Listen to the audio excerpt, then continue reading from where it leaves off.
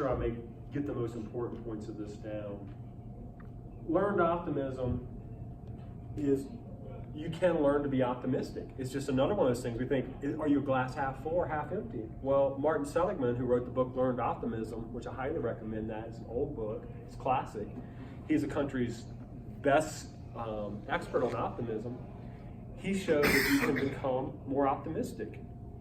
Now, if you're a super glass is, 3/4 empty when it's half full, you might not ever get to a, half full person, but you can get to a half empty.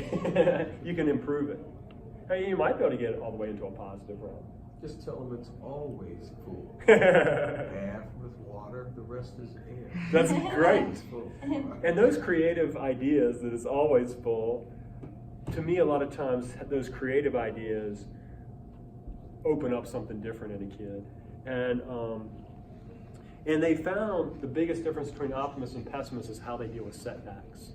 And pessimists shut down after setbacks, but optimists try harder. And so pessimists see setbacks as permanent, pervasive, and personal.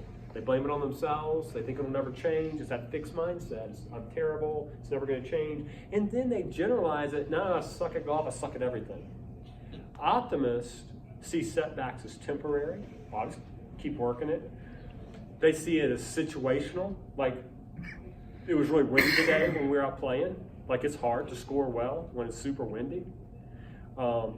They see it as not pervasive, as hitting their whole being. So again, with your kids, when they have a setback, I talked about this last time, you want to say, well, try harder.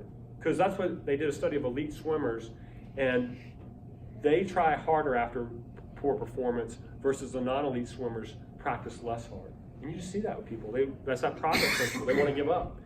And I talked to y'all last time about, they did evaluations of Asian mothers, and when their kids were poor at math, they would say, try harder.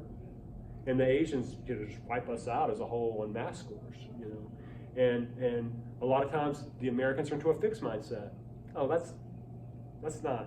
you're not good at that.